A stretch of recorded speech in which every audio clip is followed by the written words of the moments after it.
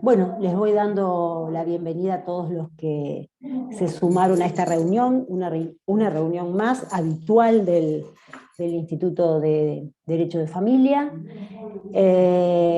donde tratamos, los que nos siguen, que son varios los que ya se han hecho parte de esta familia del Instituto, saben que vamos tocando temas salteados, en función de algunas necesidades que van surgiendo, de algunas consultas que vamos recibiendo, de algunas propuestas de trabajo que algunos nos van formulando en forma privada o como sea.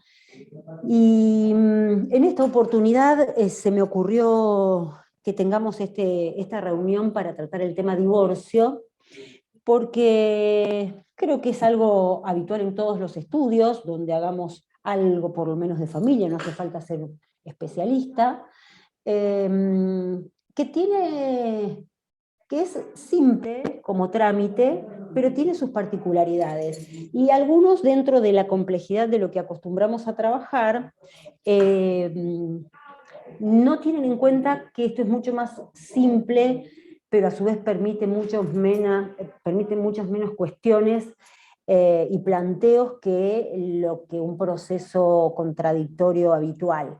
Entonces, la idea es hablar de las particularidades del divorcio como trámite. Si estamos, si no falta mucha gente admitida, Lore, vos que más o menos me podés decir, Mira, al este, menos veo que estamos bien, podríamos ya ir podemos, iniciando. podríamos, Sí, podemos sí, sí, arrancar. cualquier cosa voy admitiendo, no te preocupes. Bien, porque yo no, Yo no no te veo que veo. haya... Ah, ahora sí, Ahí ahora te está. veo, por lo menos para... Sí, sí, sí, por si me Acá haces está. alguna seña y yo, o sea, pierdo el contacto con todos cuando pones el power, ¿viste? Porque ya no ves nada. Tal cual, Ahora sí, sí. por lo menos te veo a vos. Bueno, vamos a empezar hablando del divorcio como lo que en realidad es una de las formas, a ver, vamos a tratar de ir pasando este power, que está hecho de alguna otra ocasión, y alguna de nuestras compañeras de hoy de reunión ya lo debe haber visto porque la estoy viendo acá y también la veía en aquella ocasión. ¿Cómo estás, Vanina? Por ahí debe estar, la estuve viendo como conectada hace un ratito. Bueno, hablemos del divorcio como una de las causales posibles de disolución del matrimonio, así lo plantea el artículo 435 del Código Civil, que entre otras habla de la muerte de uno de los cónyuges, en donde, como ya sabemos, se produce el fin del matrimonio y la consecuente disolución de la comunidad de ganancias, al igual que con el divorcio. La sentencia firme de ausencia con presunción de fallecimiento, que también pone fin al divorcio en una forma mucho menos habitual, al matrimonio, y el divorcio declarado judicialmente. Esto ya nos da la pauta de que solamente con declaración judicial, o sea, con sentencia, podemos hablar de finalización del divorcio, sin ningún otro formato que tenga que ver ni con escritura pública, ni con ir ante escribanos y este tipo de cuestiones que a veces nos suelen consultar, sobre todo cuando se tratan de matrimonios que a lo mejor no están los dos presentes en un mismo país y en un mismo momento. Eh, Ustedes saben que ha habido una gran modificación en esta cuestión a partir de la reforma del Código Civil del 2015, fundamentalmente porque se terminó con el divorcio culposo, con el divorcio en el que se ventilaban cuestiones netamente subjetivas que imponían la culpabilidad de un cónyuge y la inocencia del otro, y con esto algunos efectos, básicamente la cuestión que tenía que ver con mantener vocaciones hereditarias, eh, o derechos alimentarios, incluso de por vida, y cuestiones que, en definitiva, como yo les pongo acá en la pantalla, hoy el divorcio incausado, el divorcio sin culpables, es el que mejor responde a la realidad que nosotros podemos palpar a diario, que es que cuando dos no quieren, uno no puede. O sea, cuando no hay dos personas que quieren sostener la institución del divorcio y estar unidas por ese vínculo que alguna vez decidieron en común, la otra no puede sostenerlo. Entonces ya no existe esto que era muy común, y los abogados que hemos ejercido aquí con aquel viejo código lo recordamos, de que uno de los cónyuges, a veces con causa, a veces con una causa que tenía que ver más con los rencores y las cuestiones subjetivas que conllevan la ruptura de un matrimonio, decía: yo no le voy a dar el divorcio. Y el no dar el divorcio, que en definitiva era no acordar, no favorecerlo, implicaba para la otra parte esperar un plazo legal para lograrlo, un plazo que imponía la ley de separación de hechos sin voluntad de volver a unirse, que para obtener el divorcio era de 3 años, y en esos 3 años tenía que continuar con su estado civil, que era casado. Tengamos en cuenta que esta reforma del 2015 viene acompañada de una movida filosófica que se da en el derecho, en ese tiempo y en nuestro derecho, y ya venía acompañada desde el punto de vista jurisprudencial, más allá de que la norma seguía siendo anterior, por la que el individuo toma prevalencia frente a las instituciones. Si bien en algún momento el matrimonio fue una estructura muy estanca, y ustedes saben que pasó mucho tiempo hasta que el divorcio se pudo instalar en esta sociedad, allá por el gobierno de Alfonsín, si no me equivoco fue en el año 87, que es la ley 23.515, hasta entonces el matrimonio era de por vida. Había una suerte de separación, pero nunca se rompía ese vínculo. Es entonces con el inicio de la etapa de la democracia que se logra el divorcio vincular como forma de ponerle fin al vínculo, pero con toda la subjetividad que conllevaba el tramitar divorcios de cuerpos y cuerpos, en donde se ventilaban las cosas más íntimas y menos trascendentes en materia de derecho, porque la verdad, siguiendo con los refranes, los trapos sucios se suelen limpiar en casa. Y, sin embargo, descubrimos que podemos mantener un proceso de divorcio incausado, objetivo, sin dejar de proteger la vulnerabilidad de quien al momento de la ruptura del matrimonio se puede encontrar con necesidades como por ejemplo alimentarias, ¿no? Yo no sé si dicen mucho ruido ahora o si ahora se está escuchando bien. Vos cualquier cosa, Lore, avísame, porque estamos bien. Perfecto. Bien, entonces, una de las características del divorcio hoy por hoy es que es incausado. Esto evita un desgaste emocional y jurisdiccional innecesario.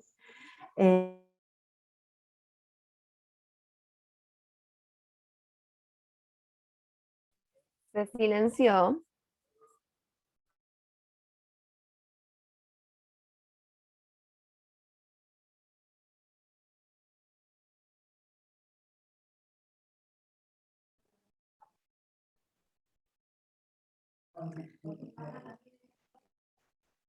¿Ahora me escuchás?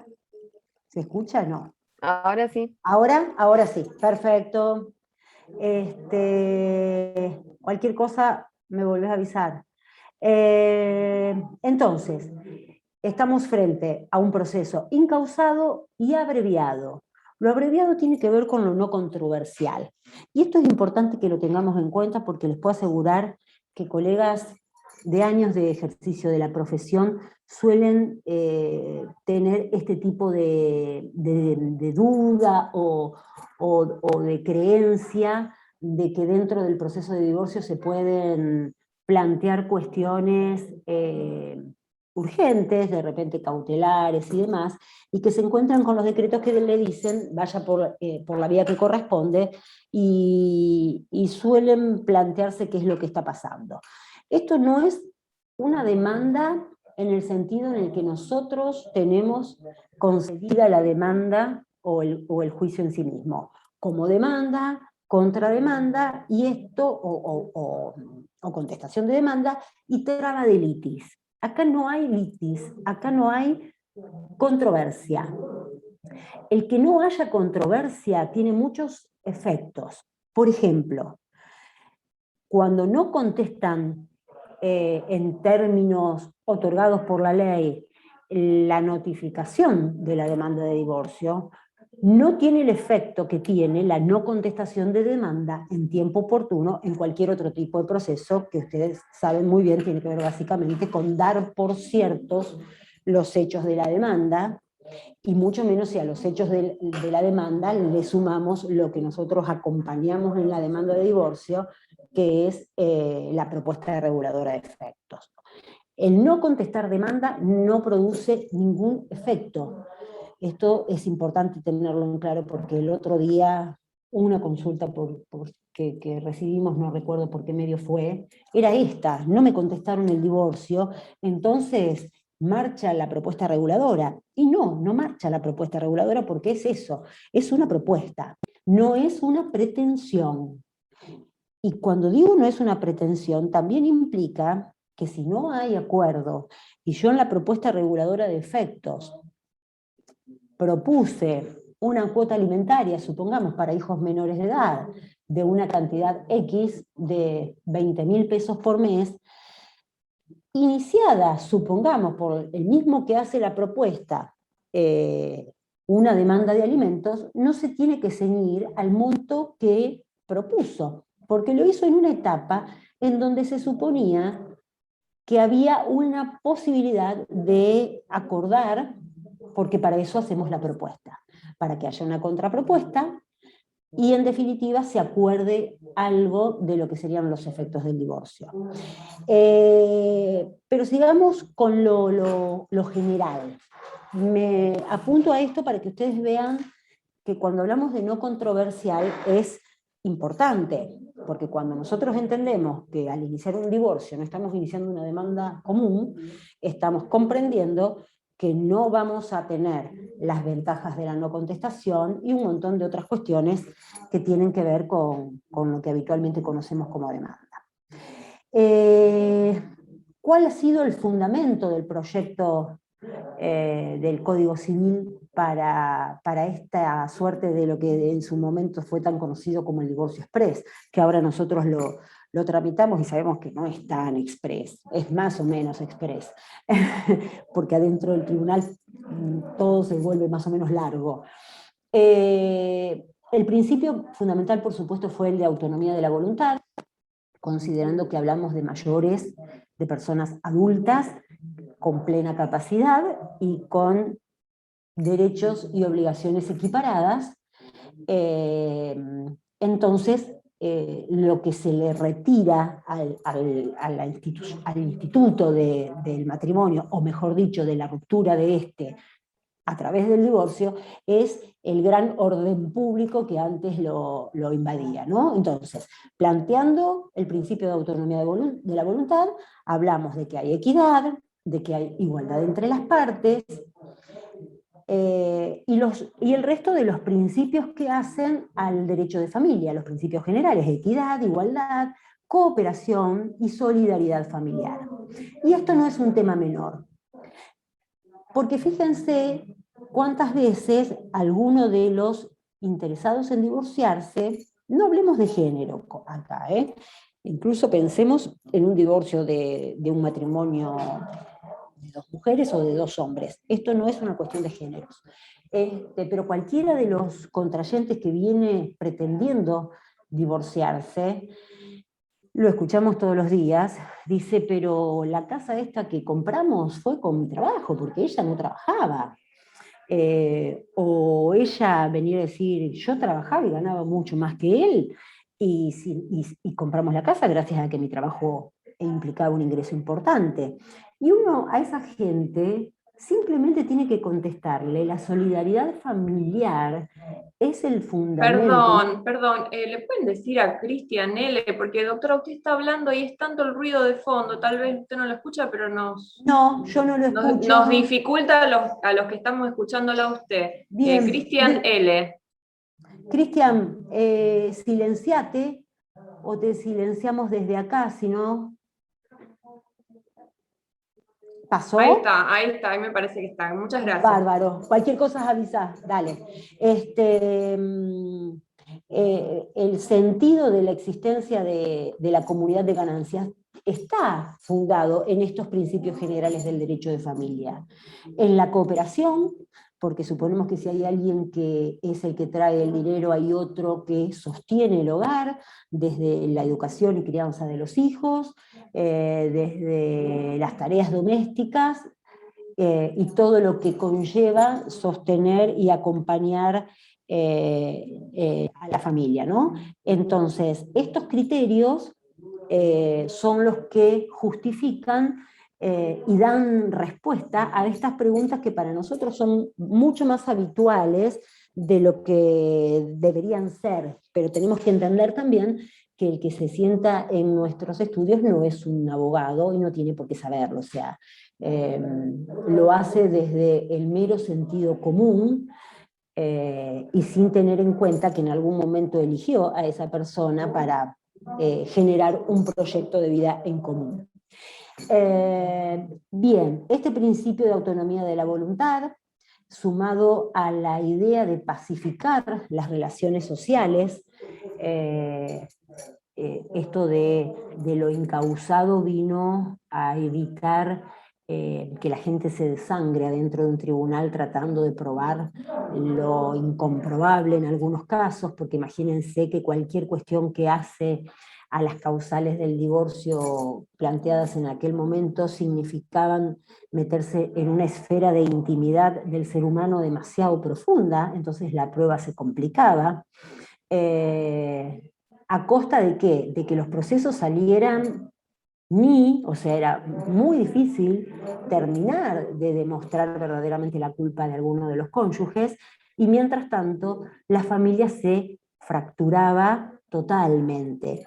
Nosotros tenemos que entender y tenemos que propiciar la idea de que el divorcio no termina con la familia, el divorcio termina con el matrimonio. Las familias continúan porque si se comparten hijos pasarán a ser una familia parental, ya no tendrán la base de la pareja, pero van a tener siempre el vínculo que sostiene el hecho de tener hijos en común.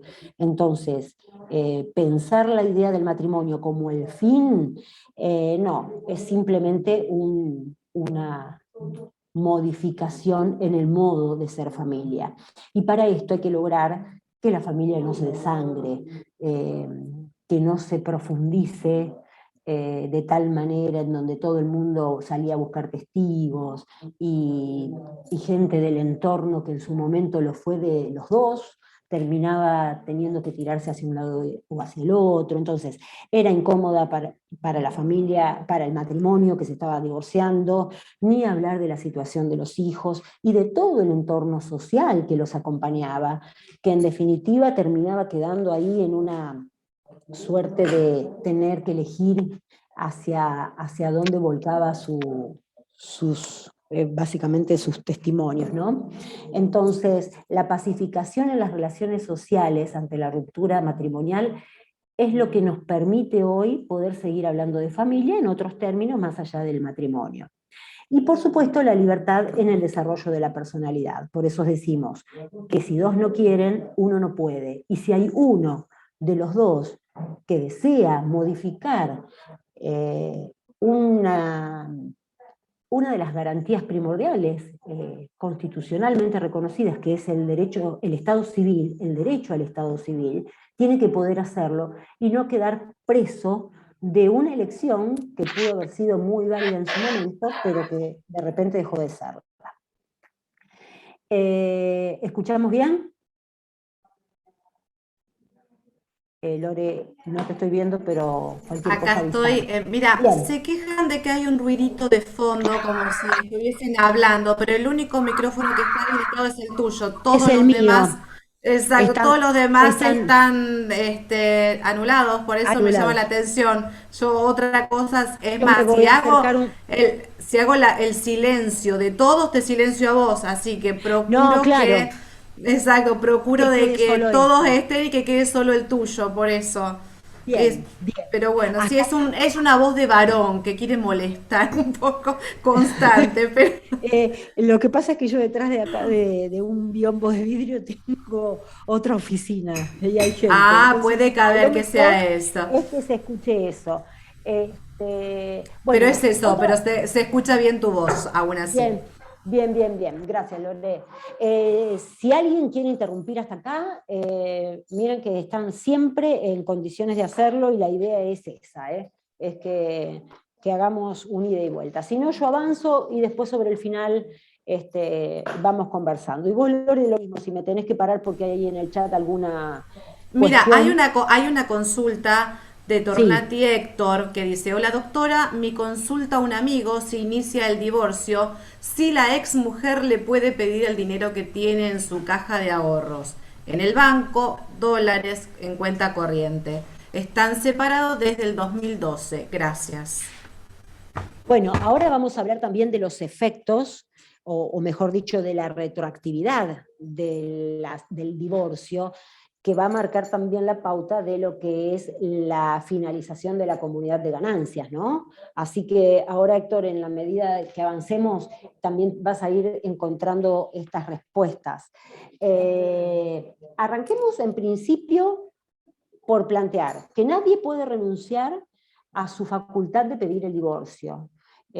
Sería una cláusula nula aún en lo que sería un pacto prenupcial, por ejemplo, o cuestiones así. Nadie puede adelantarse y renunciar con anticipación a la facultad de poder solicitar en algún momento de su vida el divorcio. En cuanto a los legitimados, obviamente los cónyuges, y solamente los cónyuges, y apoderados en la medida en que tengan facultades expresas. Eso hay que revisar el tema de las representaciones en el artículo 375, inciso A, y cualquiera de los cónyuges, ya sea en forma conjunta o unilateralmente. Cuando lo hacemos en forma conjunta, tengamos presente que lo que acompañamos es un acuerdo regulador de efectos. No podemos plantearlo en forma conjunta con una divergencia al respecto. En todo caso, se planteará unilateralmente y se verá si la otra parte contesta o no. Es muy importante tener en cuenta lo que ya creo que mencioné, el hecho de que presentado unilateralmente el pedido de divorcio, puede ocurrir que la otra parte, estando notificada, no comparezca. ¿Y esto a qué nos lleva? A que salga el divorcio. O sea, la declaración que pone fin al matrimonio no se detiene, y consecuencias que nos favorezcan o que perjudiquen al no compareciente no las hay. Porque ustedes recuerden que todo lo relativo a efectos del divorcio se tramita y surte algún efecto dentro de este proceso en la medida en que sea consensuado. De lo contrario, cada uno inicia la acción que corresponde cuando lo considera. Digo cuando lo considera porque, por ejemplo, podemos estar haciendo una propuesta reguladora de efectos en los que, entre otras cosas, solicitamos alimentos, pero el tiempo nos apremia en una cuestión tan urgente como suelen ser los alimentos, y mientras tanto vamos iniciando un expediente aparte de alimentos, que no nos impide que a la hora de la audiencia prevista por el artículo 438 lo terminemos consensuando en ese ámbito y por ende dejando sin efecto aquel otro proceso. Pero la idea es que tanto a la par anteriormente o con posterioridad, hay cuestiones que pueden ser planteadas. No vamos a plantear la disolución de la comunidad de ganancias, mejor dicho, la liquidación, si no hemos todavía tramitado el divorcio haberlo inscrito debidamente. Esto está claro. Pero cuestiones que primero están consideradas como derechos de terceros, por ejemplo, de los hijos menores de edad, cuando uno pide un alimento para los hijos, que además revisten un carácter urgente, no requieren del trámite de divorcio y mucho menos de la sentencia.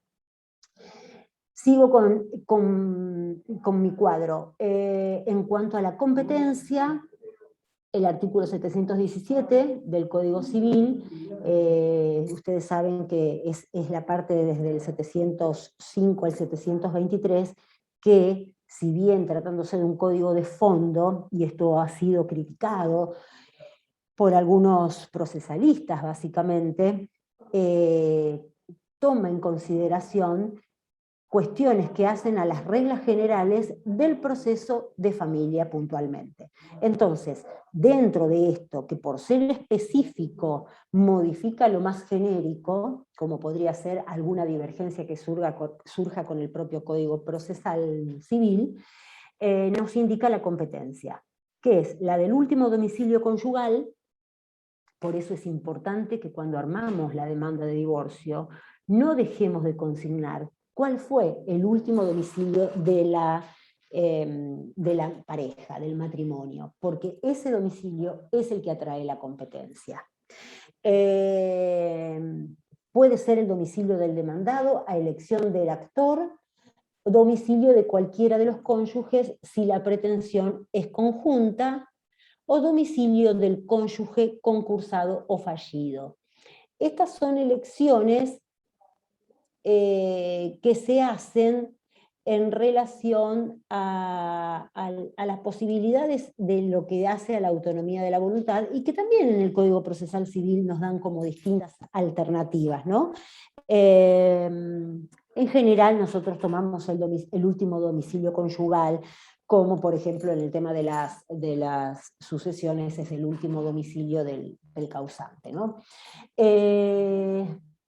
Y en materia de lo que sería derecho internacional público, por ejemplo, matrimonios celebrados en el extranjero, es el derecho del último domicilio de los cónyuges. Esto es muy importante, porque no es descabellado que nos llegue al estudio una propuesta de iniciar divorcio de un matrimonio que contrajo matrimonio en otro país. Pensemos que esta es una sociedad de mucha gente que en algunas épocas de nuestra economía fundamentalmente migran, y también muchos regresan. Entonces hay muchos matrimonios que, si bien se contrajeron en el exterior, luego regresaron y tienen que hacer el divorcio acá. Entonces ese último domicilio es el que nos permite tramitar el divorcio en nuestro fuero, digamos. Bien, volviendo o avanzando sobre lo que es propiamente la demanda de divorcio.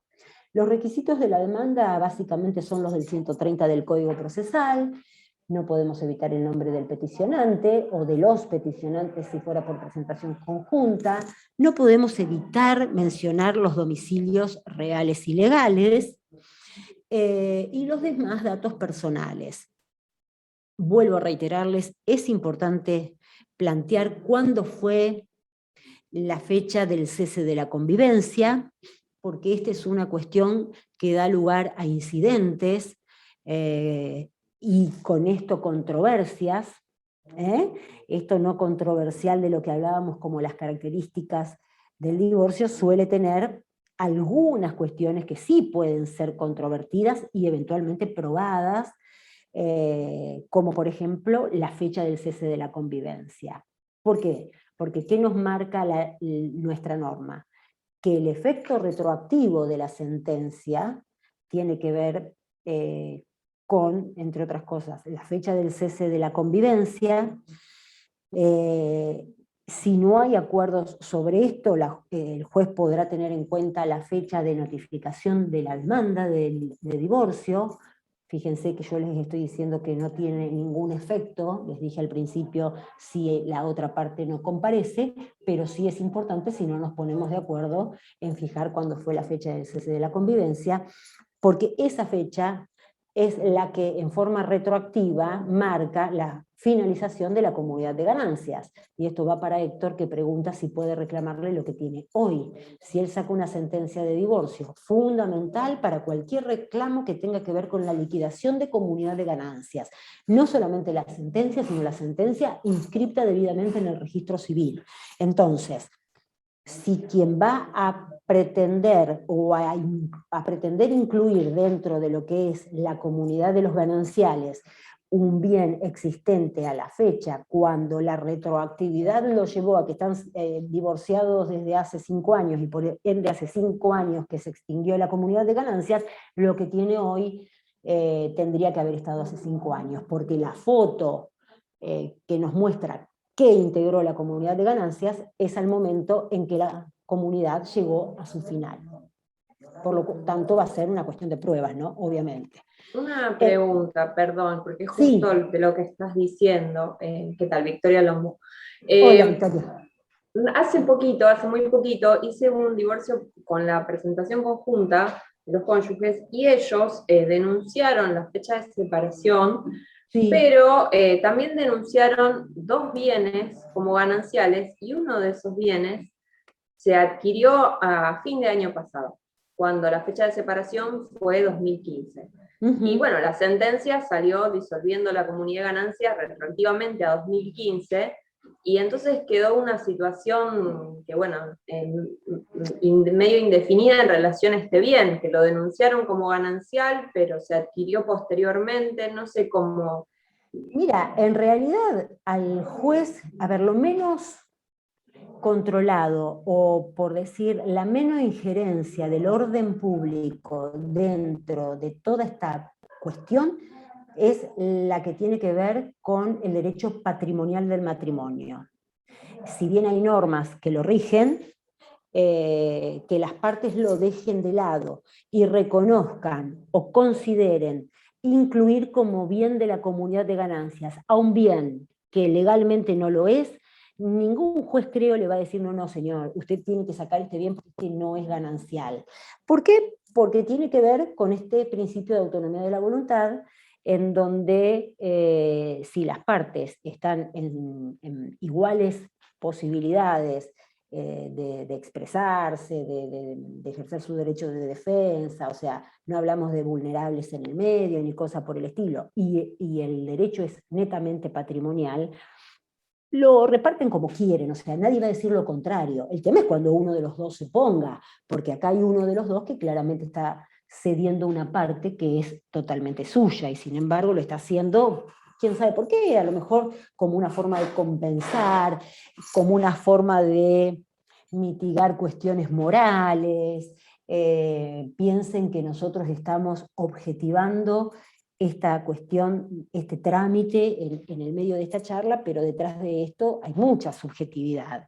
Hay quienes, como se suele decir, la libertad no tiene precio y se divorcian y no le importa lo que dejan, o si tienen que ceder un poco de lo que en realidad es de ellos. Entonces, por muchas cuestiones que generalmente tienen un carácter subjetivo, más que de, digamos, mal asesoramiento, pueden llegar a incluir bienes que sin ser gananciales los quieran incorporar. Pero si alguno de los dos se opusiera, quien vea mermado su patrimonio necesariamente, esto claramente generaría un incidente de calificación del bien y saldría del divorcio. ¿Estamos, Victoria? Sí, pero, no, está perfecto. A mí me genera más una especie de duda de qué pasa si ellos no liquidan y ocurre una liquidación por muerte el día de mañana, y no se hizo la liquidación de estos bienes de momento cuando ambos están de acuerdo. Si no puede llegar a haber un problema con los herederos, ¿me explico? Y sí, yo creo que sí, porque ellos, a ver, en realidad ellos cuando hacen el acuerdo, pensémoslo, lo estoy pensando con vos, en voz alta. Cuando ellos hacen el acuerdo regulador de efecto, porque vos me decís que es una presentación conjunta, lo incluyen. Entonces, luego, suponiendo que esto nunca lo liquiden, va a llegar un momento en el que, como vos estás suponiendo, alguno de los dos haya que abrir la sucesión de alguno de los dos, supongamos del perjudicado, porque ese bien le perteneciera un 100% a su patrimonio, y vengan sus herederos a plantear que ahí hubo una suerte de, a ver, pensémoslo como una cesión gratuita que hizo de un bien que le era propio. Entonces, no sé si no prosperaría alguna acción que no sé si sería exactamente de colación o de las acciones que nos permiten los procesos sucesorios. No me queda muy claro que, si bien las partes dispusieron, lo han dispuesto encima a título gratuito, porque no se está diciendo incluimos, pero en compensación, o sea, nada. Entre ellos, yo creo que es plenamente vigente, digamos, plenamente válido lo que convinieron, y ninguno de los dos podría mañana cambiar esto porque lo hizo en forma voluntaria. Pero no sé un tercero que sea un legitimado o un heredero forzoso, digamos, dentro de un sucesorio. Bien, muchas gracias. Así que si yo asesorara a la que se benefició, le plantearía que liquiden ese bien cuanto antes y se saque ese problema de encima, ya que tuvo la suerte de que le den ese 50, ¿no? Sí, de hecho, perdón que interrumpa, pero en Sí. realidad ustedes tienen que tener en cuenta que todo convenio que sea homologado o decisión judicial respecto de eso puede ser modificado y puede ser nuevamente cuestionado. Entonces, la liquidación, es decir, poner en práctica y ejecutar lo que se convino, es lo más responsable de las partes, ya que pudieron llegar a ese acuerdo. Porque si no, puede haber alguna que otra circunstancia poco agradable después de eso. Es eso, nada más. Acuérdense que está previsto inclusive en uno de los artículos, soy muy mala con los números, pero creo que es el 440 infine, que dice: el convenio homologado o la decisión judicial pueden ser revisados si la situación se ha modificado sustancialmente. Y puede caber que ahí, como yo siempre digo, el derecho nos permite poder tener distintas interpretaciones, y nada quita que ese planteamiento que vos estás haciendo, Victoria, pueda ser dado por un tercero. Así que ejecutar los convenios o los acuerdos siempre es lo más aconsejable. Sí, ustedes, bien, muchas gracias.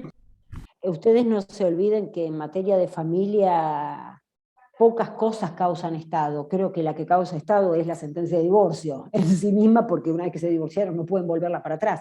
Pero después, todo el resto de los tópicos que se manejan en un convenio regulador, como atribución de la vivienda, como alimentos, como régimen comunicacional, son cuestiones revisables permanentemente por el crecimiento de la edad de los hijos, por cambios económicos que se hayan producido en cualquiera de las personas que se han divorciado, o sea, mil circunstancias por las que esto puede ser revisado. En donde menos veo la posibilidad de que sea revisado a sola instancia de parte, salvo alguna causal que la verdad no se me ocurre en este momento, sería lo que se dispuso en materia de comunidad de ganancias, porque ahí es donde menos orden público existe, porque se supone que se planteó en un estado de absoluto ejercicio de la autonomía de la voluntad, ¿no? Pero los terceros herederos, sí, ahí sí que veo la posibilidad de que pueda surgir alguna cuestión. Bien, superado esto, vamos por la continuidad de lo que no debe faltar en un escrito de divorcio, de pretensión o de acuerdo o de presentación conjunta. La documental. Partida de matrimonio es documental fundante, porque si no hay matrimonio no hay divorcio. La partida de nacimiento de los hijos, los títulos de los bienes que se denuncian, como de la comunidad de ganancias, y toda documental que de repente ustedes no incorporen, pero que el juez estime conveniente y así la solicite. Por ejemplo, a mí se me ocurre cuando uno arma una propuesta reguladora y solicita, o mejor dicho, dentro de la propuesta pretende un valor de cuota alimentaria, generalmente lo sustenta en lo que gana el alimentante, en lo que son los ingresos propios. Entonces, yo por lo menos suelo incorporar recibos de sueldo, que son la base de lo que estamos pidiendo, porque si uno puede tener el recibo de sueldo de quien lo pretende alimentante, a lo mejor no tenemos el último, pero a lo mejor hace 2 meses que se separaron y el último recibo quedó en casa, por ejemplo, ¿no? Que es algo bastante común, que la gente nos traiga algún recibo de sueldos, aunque no sea actualizado. Y uno pide una proporción de un recibo de sueldo que dice, mire, hasta el mes de marzo de este año, este era el monto que el padre de mi hijo percibía. Entonces, nos va tirando un poco de idea o mejor dicho, de fundamento a lo que se está pretendiendo.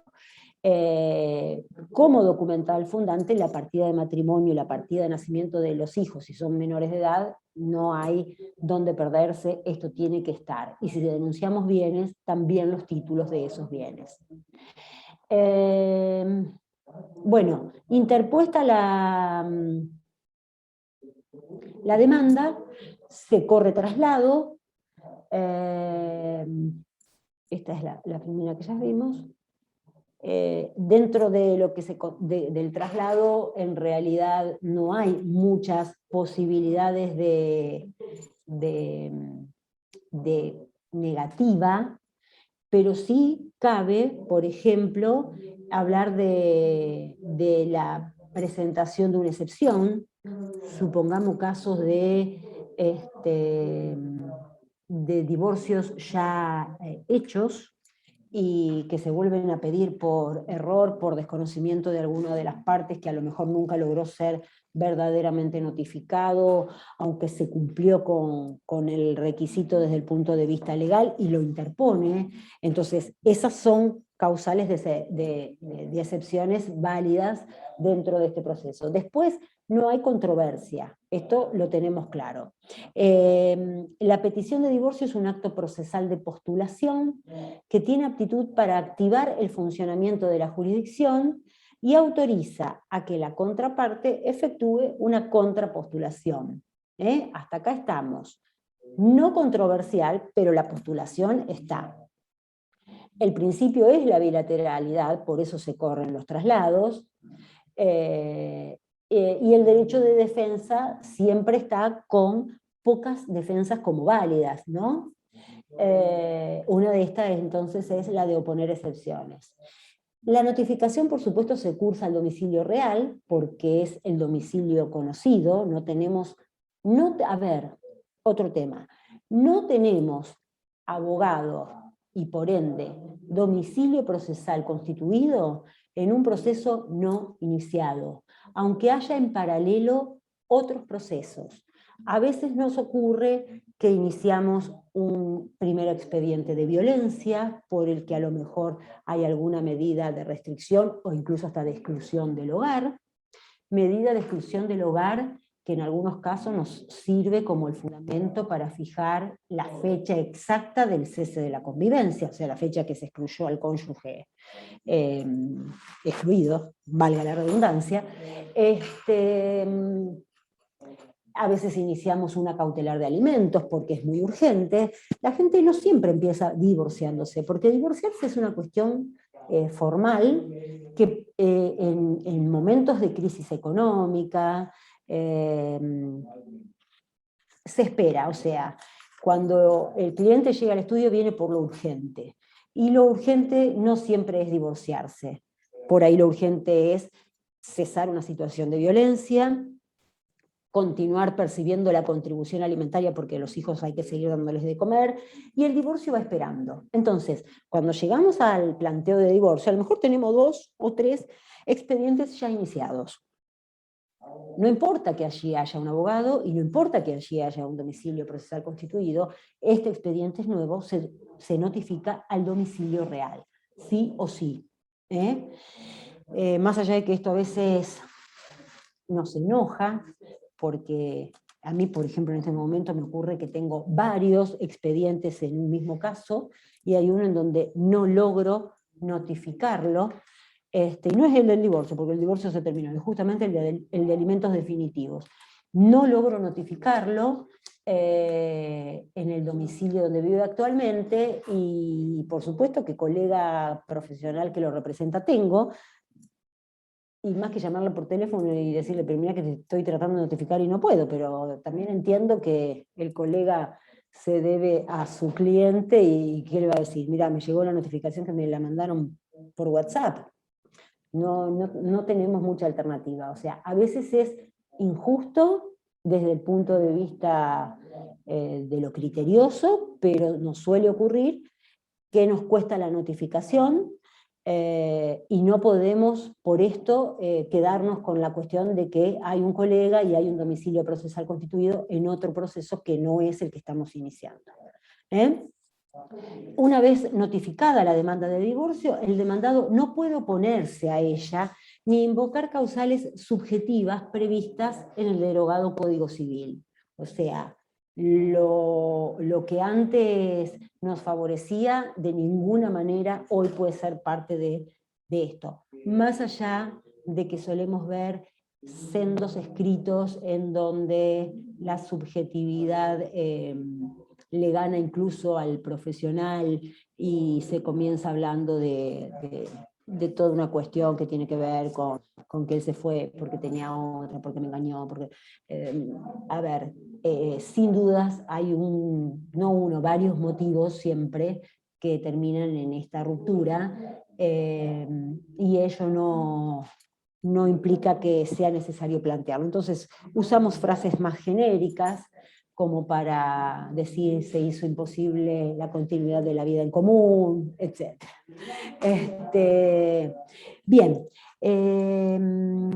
es un proceso, como ya dijimos, extracontencioso, porque no existe carga para el requerido. Carga es esto de lo que hablábamos, de que si no se presenta en tiempo a contestar o a comparecer, va a tener una sanción por ello, por ejemplo, que se le dé por cierto los hechos de la demanda. Esto no existe, y su silencio a la vez tampoco perjudica a quien pretende el divorcio, porque el divorcio de todas maneras va a salir. Me voy a levantar un segundo a correr la ventana porque el sol me está matando y no me está permitiendo ver.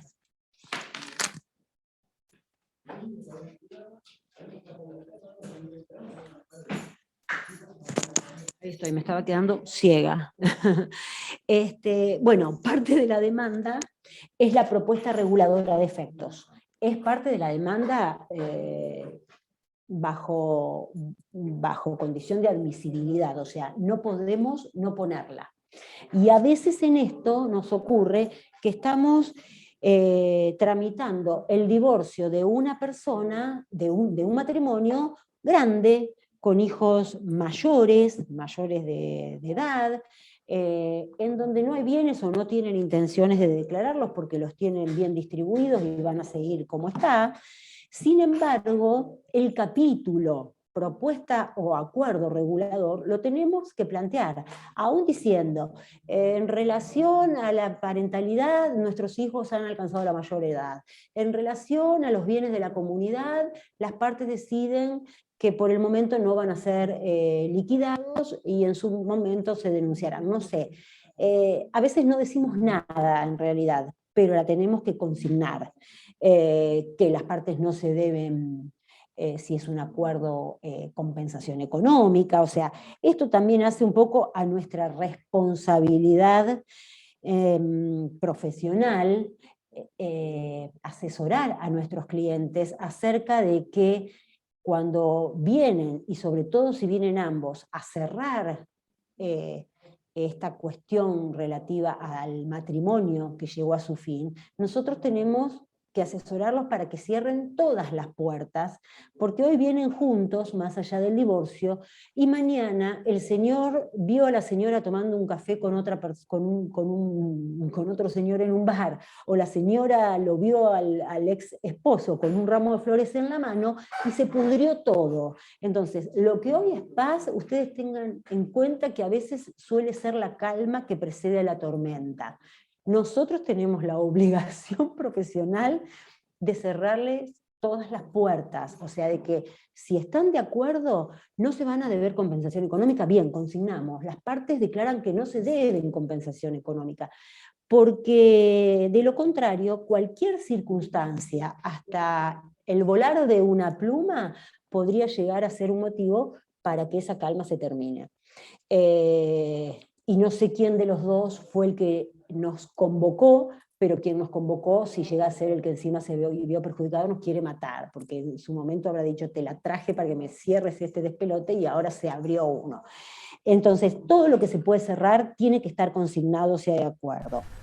Perdón, Sí. perdón, por eso justamente es importante que muchas veces, por más que no sea controversial la petición del divorcio y la pretensión de uno de las partes en forma unilateral de querer divorciarse del otro y disolver el vínculo, estas son consecuencias que son muy fundamentales, que tienen que ver con la compensación económica, como bien vos decía, pero también la otra opción que tenemos de los alimentos entre cónyuges. Entonces, el hecho de no presentarse en el divorcio, porque muchos colegas manifiestan, quédate tranquilo, si no tenés bienes, si no tenés nada, o mirá, después eso lo arreglás, sale el divorcio igual, ¿para qué te vas a presentar? Muchas veces las demandas de divorcio unilaterales, obviamente depende de dónde estamos nosotros como profesionales, a veces no ponemos el tema de las compensaciones económicas y los alimentos justamente para ver a ver con qué nos encontramos en el camino. Entonces, cuando nos encontramos del otro lado y viene a un cliente a nuestro estudio donde es notificado de la iniciación del divorcio, es importante ver cuáles son esos términos de esa pretensión, que no solamente sea el divorcio en sí con la disolución, sino que todas esas cuestiones que tienen que ver con la compensación económica y los alimentos entre cónyuges también estén incluidos, porque tal vez ahí te diría, listo, no te presentes si no querés, no contestemos, pero si no están, hay que estar atentos a que tal vez es beneficioso poder introducirse, entrar en ese proceso y poder llegar a un acuerdo en donde en ese acuerdo, más allá de todos los efectos patrimoniales, también hablemos de la renuncia expresa a la compensación económica y a los elementos debidos entre cónyuges, porque muchas veces esas dos cosas quedan sueltas y son la sorpresa para el día del mañana. Era eso nada más. Sí, es cierto, Lore, eso uno lo va viendo sobre la práctica, y por eso sabemos qué es lo que ocurre. Si la presentación del divorcio fue unilateral, lo que vamos a tener entonces va a ser una propuesta reguladora sobre la que se le va a correr traslado a la contraparte por el término de 10 días, y la contraparte podrá generar una contrapropuesta, adherir total o parcialmente a la propuesta que hemos formulado, o simplemente no contestar. Ninguna de las opciones implica dar por cierto o tomar como válido las cuestiones de los puntos de la propuesta. Y en lo que respecta a cuestiones que son parte de esta propuesta y que tienen una mirada de orden público, por ejemplo, alimentos para los hijos, por supuesto que son sujetas a la revisión judicial. Fíjense que es el caso en donde lo que se hace es correr un traslado al defensor. ¿Por qué en los divorcios se suelen correr traslados? Porque hay intereses de personas por quienes ejercer la representación complementaria, ¿no? Transcurrida esta etapa de propuesta y contrapropuesta, puede salir sentencia de divorcio antes o después, pero deberá haber, digo deberá haber porque así lo marca el código, pero en la práctica estamos viendo que la audiencia del 438, que en realidad el propio código la toma como un deber convocar a los cónyuges a audiencia. Estoy leyendo acá el segundo párrafo del 438 y dice: al momento de formular las propuestas, las partes deben acompañar los elementos en que se fundan. El juez puede ordenar de oficio o a petición de partes que se incorporen otros que estime pertinente. Hablamos de lo documental y este tipo de cosas. Las propuestas deben ser evaluadas por el juez, debiendo convocar a los cónyuges a una audiencia. A mí me está pasando, y no sé ustedes, que en algunos procesos no nos están convocando a audiencia del 438, por lo general está saliendo sentencia antes, y en el caso en que nosotros sabemos que puede llegar a haber un arreglo, de repente lo hacemos por fuera del mismo expediente de divorcio, o lo hacemos y digamos, lo negociamos con la contraparte, lo plasmamos en un convenio y lo presentamos sin audiencia, lo cual es totalmente válido.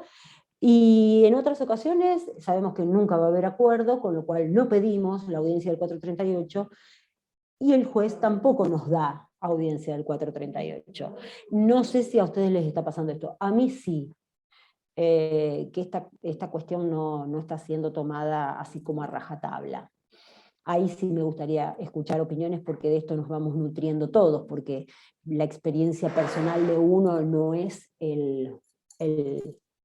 la realidad total del fuero de familia, ¿no? Es la que nos tocó vivir. A mí me pasa que en algunos me citan a audiencia en forma oficiosa y en otros no. En algunos es a pedido de parte. Nunca me pasó que a pedido de parte no nos den la audiencia, pero en algunos divorcios nunca la pedimos y nunca se hizo. Y la sentencia se inscribió y se siguió para adelante con los procesos que hemos tenido que seguir para adelante en caso de ser necesario. Bueno, si lo que se presenta es un acuerdo, porque la presentación fue conjunta, o porque aún no habiendo sido la presentación conjunta inicialmente, hablo de la demanda de divorcio, luego se acordaron algunos puntos y aún la presentación unilateral terminó teniendo un convenio regulador de efectos que se acompaña para su homologación. Homologar siempre implica una revisión judicial de las cuestiones que tienen, que no pueden dejar de revisarse desde el orden público que implican, o sea, esta necesidad del Estado revisando cuestiones de mínima, ¿no? Y es allí donde se produce también la vista al defensor general, ¿no? Las cuestiones que no se resuelvan por acuerdo y terminen siendo homologadas, tramitarán cada una por el proceso que corresponda. Alimentos, compensación económica, liquidación de la comunidad de ganancias, etc. Creo que la única que tiene el requisito o un requisito más es la liquidación de comunidad de ganancias, que requiere sí o sí la previa sentencia de declaración de divorcio y su inscripción en el registro. De otra manera podrán dar lugar a lo mejor a alguna medida cautelar, pero no al trámite de liquidación. Bien, esto es simplemente copiar, y quienes trabajan o han hecho algunos divorcios ya lo tienen sumamente aprendido, pero yo en su momento, cuando di esta charla, copié un primer decreto de trámite de lo que es una presentación unilateral y un primer decreto de trámite de lo que es una presentación conjunta. En la presentación unilateral, por supuesto, dice por presentada, domiciliada en el carácter invocado, con patrocinio letrado, cuestión que en materia de familia siempre lo aconsejamos, no trabajar con poder, porque se trata de cuestiones que nosotros no tenemos tan verificables, que dependen mucho de lo que la gente nos dice, de lo que el cliente viene y cuenta. Entonces está bueno que sea el cliente el que lo está diciendo y nosotros lo estamos acompañando desde la necesidad de tener este patrocinio, ¿no? Bueno, otórguesele la participación legal que por derecho corresponda, quien es juez de trámite, por interpuesta petición de divorcio y formulada propuesta reguladora, agréguense las constancias acompañadas de la petición de divorcio, hágase saber, a los efectos de fijar fecha de retroactividad de la sentencia, especifiquen las partes, día, mes y año en que se produjo la separación de hecho. Esto no lo dicen todos los primer decretos de trámite, pero está bueno y ya hemos hablado de cuál es el sentido de que esto exista. Y está bueno que lo diga en el primer decreto, porque de esta manera hacemos que la contraria, cuando recibe la cédula, no pierda de vista que o me confirma la fecha que yo puse, o cuestiona esa fecha y da otra, y en ese caso se generará un probable incidente. Pero al juez le marca la pauta para un aspecto fundamental de la sentencia, que es fijar su retroactividad. Notifíquese de la propuesta reguladora, traslado por 10 días. Fíjense que de la petición de divorcio dice hágase saber, y de lo que se corre un traslado es de la propuesta reguladora, por el término de 10 días. Desintervención al defensor general, artículo 103, que es el de la representación complementaria. Notifíquese por cédula, con transcripción del artículo 438, hágase saber a las partes que ante la falta de contestación a la propuesta efectuada, las pretensiones vinculadas a los efectos del divorcio deberán ser articuladas por separado y por el trámite correspondiente previo cumplimiento de la ley 13151, siempre ya sabemos que no haya violencia, que es la ley de mediación judicial prejudicial obligatoria. De no ser hallado el requerido en el domicilio denunciado, el notificador deberá requerir de quien lo atienda, o sea, en la confirmación de que el domicilio es ese, ¿no? Que es de rigor en todo primer decreto. Ahora, cuando hablamos de una presentación conjunta, el decreto es mucho más corto, dice por presentados o domiciliados, por derecho propio y con patrocinio letrado, otórgueseles la participación que por derecho les corresponda, quién es el juez de trámite, por promovida demanda de divorcio en los términos del artículo 437, siguientes y concordantes del Código Civil, agréguense las constancias que adjuntan, téngase presente el convenio regulador formulado por las partes, del mismo córrase vista al defensor general. Que se está revisando acá el convenio. ¿Por qué? Porque tiene cuestiones que hacen al interés del Estado verificar su cumplimiento, sobre todo porque se supone que hay alguna cuestión que tiene que ver con derechos de niños, como por ejemplo alimentos. Y acá se copia, no la voy a leer en su totalidad, dos sentencias, una sentencia por presentación conjunta, que por supuesto declara el divorcio de los cónyuges, declara disuelto el régimen de comunidad de ganancias al día X, que en definitiva, como fue una presentación unilateral, lo que tuvo que haber fue conformidad de ambas partes en la misma fecha, o sea, uno la planteó primero y otro la conformó, supuestamente. Tener presente lo expresado por las partes en relación al que fuera el hogar conyugal y a la inexistencia de bienes comunes. Firme que quede la presente, líbrense los despachos, insértese y hágase saber. En el otro, bueno, declara el divorcio, declara disuelto el régimen de comunidad de ganancias, en este caso el 1 de junio de 2019, homologa el convenio regulador presentado en relación a la relación. ¿Por qué? Porque el convenio no hay problema, el tema es cuando empieza haciendo una presentación conjunta y se unilateral y se convienen algunos aspectos y otros no. Entonces marca puntualmente sobre cada uno de los que se está homologando, ¿no? Bueno, el tema de los hijos, etcétera, etcétera. Imponer las costas en su totalidad, acá me ha quedado un nombre que no debería haber estado dando vuelta. Y diferir la regulación de honorarios, esto también es importante, sobre todo porque nosotros vivimos de esto, no nos olvidemos de acompañar nuestra constancia de inscripción en AFIP para que nos salga la regulación de honorarios. Lo que los jueces con muy buen tino están haciendo es fijarnos los honorarios por separado, fijar los honorarios por separado cuando hay dentro del divorcio algún acuerdo. Y esto lo están haciendo, lástima que no creo que esté entre la reunión Laura Vicario, que alguna vez me ha dado alguna explicación sobre esto cuando ella estaba en Caja Forense. Ustedes saben que el aporte para inscribir el divorcio es fundamental. A veces cuando se dan convenios reguladores, nos encarece sobremanera en materia de aportes la inscripción del divorcio. O sea, si nos sacan una única regulación que incluye el divorcio más el convenio regulador, tenemos que pagar por la totalidad previo a inscribir el divorcio. Con una regulación diferida nosotros podemos también diferir el cumplimiento del pago de los aportes, pagar los aportes del divorcio e inscribir, porque a veces termina siendo de suma necesidad la inscripción, y luego hacer el aporte del resto, que sería el convenio regulador.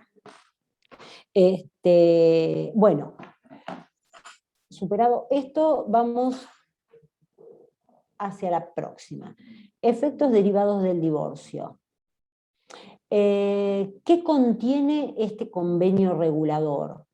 Los tópicos que trata, ¿no? Básicamente, la atribución de la vivienda, la distribución de los bienes, las cuestiones relativas a compensación económica, y acá insisto en decirles que puede tratarse de decir simplemente que no se debe en compensación económica, pero decirlo.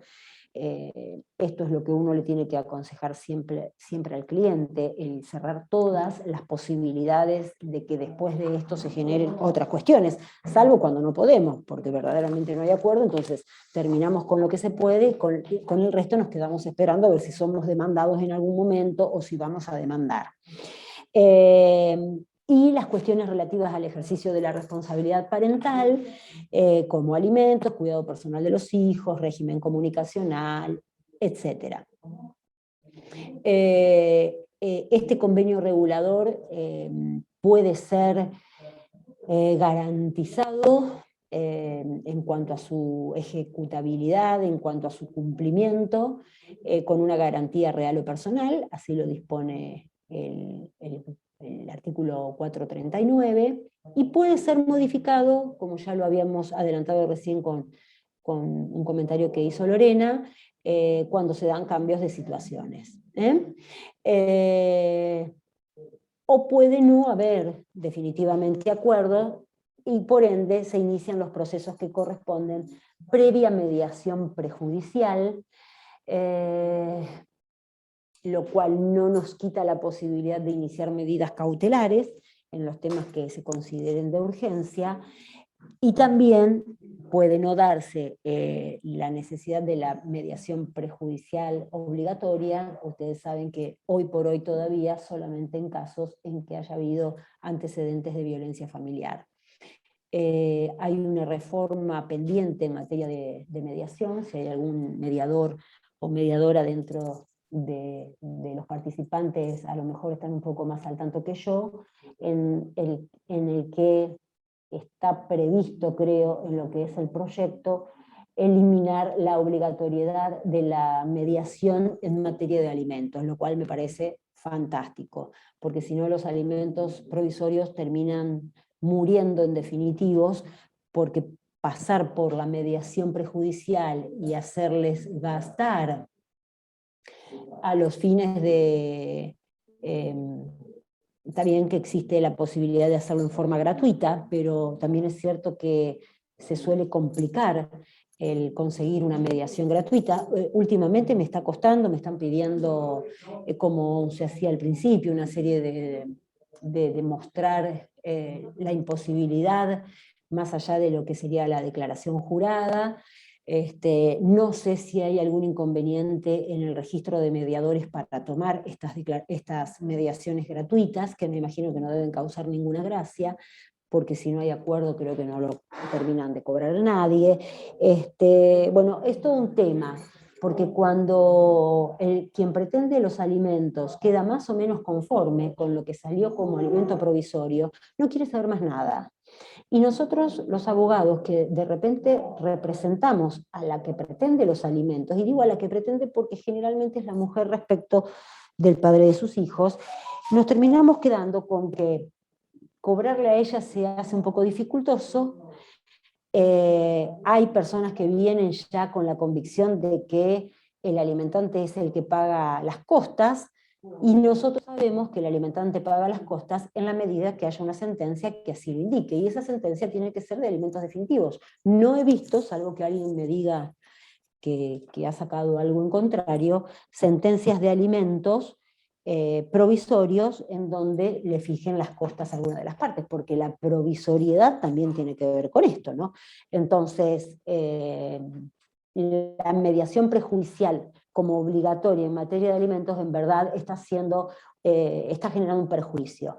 Creo que para todos, y muy especialmente para la cuestión alimentaria de quienes ejercemos la profesión, o sea, de cobrar nuestros honorarios. Bien, los acuerdos entre cónyuges. Los acuerdos entre cónyuges se guían por lo que es el principio de la autonomía de la voluntad, salvo el límite, digamos, de este principio de autonomía lo marca el régimen primario fijado por el Código, que es el que funciona como ese orden público del que yo les vengo hablando cada vez que digo hay autonomía, salvo las cuestiones de orden público. Y ese piso mínimo de garantía o régimen primario lo determina el artículo 454, que es el aplicable a todo el régimen matrimonial. Yo, si no es muy largo, lo podemos repasar a fin de que tengamos en cuenta de qué se trata. Artículo 454 dice: las disposiciones de esta sección, que es la sección tercera, que habla de disposiciones comunes a todos los regímenes. Las disposiciones de esta sección se aplican cualquiera sea el régimen matrimonial, y excepto que se disponga otra cosa en las normas referentes a un régimen específico. Son inderogables por convención de los cónyuges, o sea, no pueden disponerse anterior o posterior al matrimonio, excepto disposición expresa en contrario. Cuando dice disposiciones comunes a todos los regímenes, hablamos del régimen de separación de patrimonios o de comunidad de ganancias, que es el que los cónyuges eligen al momento de contraer matrimonio o con posterioridad, siempre manteniendo por 2 años como mínimo el régimen elegido. La verdad es que esto que fue novedoso cuando estudiábamos el proyecto de ley y la reforma que se venía del Código, fue muy novedoso, y la verdad es que en la práctica a mí particularmente no me ha tocado ver ninguno, porque no he conocido matrimonios que elijan la separación de patrimonios, ni al inicio ni posteriormente. Si lo hacen posteriormente, entenderán que lo anterior a esa elección es una ganancialidad e implica la liquidación de esa comunidad. Y a partir de allí se comienza con la separación de patrimonios. Pero la verdad, solo puedo hablarlo desde la teoría, porque en la práctica no he tenido casos de gente que haya elegido la división de patrimonios. Bueno, habla de estas disposiciones comunes el 454, y continuando tenemos, sin remitirnos a cada uno en particular, el deber de contribución que se deben los cónyuges, el artículo 456, que habla de los actos que requieren asentimiento conyugal para disponer de la vivienda familiar y muebles indispensables de esta, El 457 habla de los requisitos del asentimiento. Todo esto tiene que ver con la protección de la vivienda familiar, que no puede ser ejecutada por deuda de uno de los cónyuges, salvo el asentimiento prestado para contraer esa deuda del otro cónyuge en su oportunidad. El 458 que habla de la autorización judicial para suplir la falta de ese asentimiento, los mandatos otorgados entre cónyuges, y estos son los artículos que incluye este capítulo, que son las disposiciones comunes, que ustedes después las van a poder conversar. La responsabilidad solidaria en lo que hace a obligaciones contraídas para solventar las necesidades del hogar. Esta es la base común que implica un orden público y sobre la que cede este principio de autonomía de la voluntad. ¿Algo que decir por acá? ¿O hasta acá? Bien. Seguimos entonces. Compensación económica es otro punto muy importante del convenio regulador, sobre el que no nos vamos a extender porque hemos ya tenido la visita de la doctora Capella, que nos dio una charla interesante sobre compensación económica. Solamente recordar el artículo 441, que dice que el cónyuge a quien el divorcio produce un desequilibrio manifiesto, que signifique un empeoramiento de su situación y que tiene por causa adecuada el vínculo matrimonial y su ruptura, tiene derecho a una compensación. Esta puede consistir en una prestación única, en una renta por tiempo determinado o excepcionalmente por plazo indeterminado. Puede pagarse con dinero, con el usufructo de determinados bienes o de cualquier otro modo que acuerden las partes o decida el juez. Entonces, fundamentalmente este instituto creado por el nuevo Código Civil y Comercial está fundado en el principio de solidaridad familiar, que es la protección al cónyuge más vulnerable hasta que logra su independencia económica, y está destinado a evitar ese desequilibrio que se le produce a causa de la finalización de este proyecto de vida en común. Es bueno, perdón Silvina, Sí, es bueno recordar que esa charla de la doctora Capella fue muy interesante porque hablaba justamente del tema de la inmediatez que muchas veces se tiene aquel cónyuge que requiere de la asistencia económica del otro y que nos conviene a nosotros evaluar la presentación o de la compensación económica, que ustedes saben cuándo se tiene que presentar, y si nos conviene, en vez de esa compensación, esperar a ello, hacerlo antes los alimentos entre cónyuges. Así que eso es importante siempre evaluarlo frente a la necesidad inmediata que pueda llegar a tener a nuestro cliente, o si no, en su defecto, hacer la compensación económica. Pero es importante siempre dirimir esas particularidades que, como yo digo, cada caso lo tiene. Absolutamente. Y esta figura, que cuando la empezábamos a estudiar era una abstracción, hoy ha tomado forma, incluso en cuanto al discutido plazo de caducidad que tiene para su presentación. Se están dando antecedentes de declaración de inconstitucionalidad de ese breve plazo de 6 meses que tiene a partir del dictado de la sentencia de divorcio, que a veces no es breve cuando se trata de la sentencia de divorcio, porque de repente la sentencia de divorcio se tiene fecha con mucha posterioridad a la fecha del verdadero hecho que produce el desequilibrio, que es al tiempo de la separación de hecho.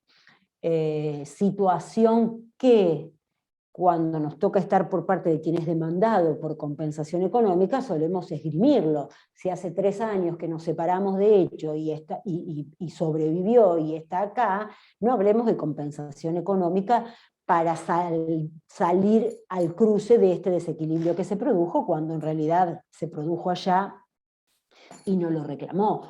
Cuando nos toca estar del otro lado, cuando nos toca estar del lado de quienes piden la compensación económica, nos agarramos fuerte de los 6 meses desde la fecha de la sentencia, y aunque hayan pasado 20 años, la pedimos igual. Todo depende del lado que nos toque estar, esto siempre es así. Bueno, esta figura también admite la fuente convencional, como, digamos, el hecho de poder convenirlo, porque a veces las partes de alguna manera se compensan o se ayudan mutuamente a salir al cruce de lo que es el primer tiempo de la vida de separados, y no necesariamente quieren plasmarlo como una compensación económica. De repente aquel que viene y dice, bueno, yo de acá al mes de marzo le pago el alquiler y los impuestos y los servicios de la casa, que ella pague los impuestos, por ejemplo, ¿no? Y en realidad esto es una forma de compensación económica, porque es una forma de contribuir a quien a lo mejor no tenía los ingresos suficientes para sostener todo esto en forma personal, y no se lo plasma dentro del convenio como una compensación económica. O sí. El tema es que esto, por eso admite la fuente convencional, porque las partes lo manejan. Y a veces los manejan incluso solos, sin que ni siquiera lo hagamos constar. O se dibuja como una suerte de alimento transitorio de un cónyuge a otro. Va tomando diversas aristas. Después, en lo que a mí me parece, creo que había una alta expectativa en términos económicos de lo que podía llegar a ser el resultado de obtener una compensación económica, y que sobre la práctica no ha sido tal, o sea, no se ha generado. He visto fallos en donde otorgan compensación económica, pero se trata prácticamente de una renta por tiempo determinado, y no en estas cantidades de hasta millones que he visto solicitar. Porque tengamos en cuenta que esto de la compensación económica no es una indemnización. No me están indemnizando por haber aguantado a este hombre o a esta mujer durante determinado tiempo de mi vida, no me están indemnizando porque no me quiere más y se va. No es una indemnización, tiene que ver con una realidad económica. Y no quiero avanzar sobre este tema, que es bastante particular y sobre el que ya hemos hablado bastante. El tema de la caducidad sí es un tema importante.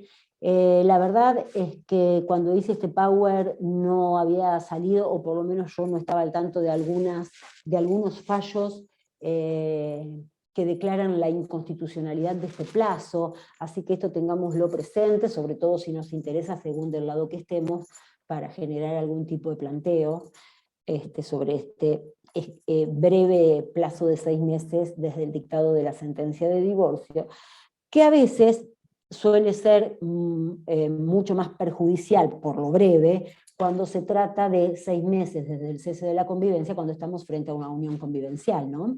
Porque el plazo siempre es de 6 meses, pero en el matrimonio es desde la sentencia de divorcio, que puede ocurrir 2 años después de la separación de hecho, por ejemplo, que cuando se trata de una unión convivencial en donde los 6 meses se cuentan desde el cese de la convivencia. Entonces ahí son 6 meses reales, y los 6 meses probablemente más críticos de esta nueva realidad familiar. Bueno, otra cuestión importante que hace al piso mínimo de garantía, donde el Estado se entromete, digamos, o fija este orden público a los fines de darle una tutela efectiva a quien quede en estado de vulnerabilidad, y fundamentalmente en la posibilidad de que existan hijos menores. Esto lo trata el artículo 443 y 44, la atribución del uso de la vivienda sea un bien propio de cualquiera de los cónyuges o ganancial, porque fíjense que acá no estamos hablando del derecho de dominio sobre esa vivienda, sino el derecho de uso y goce que tiene que respetarse. Esto puede resolverse por una decisión judicial que determina su procedencia o no, otorga un plazo y tiene sus efectos. Otorga un plazo. Este plazo es de 2 años, yo no tengo acá ahora el 443 y tampoco quiero aburrirlos leyéndoles códigos, normas, pero otorga un plazo. Y esto es algo que tampoco está siendo considerado. El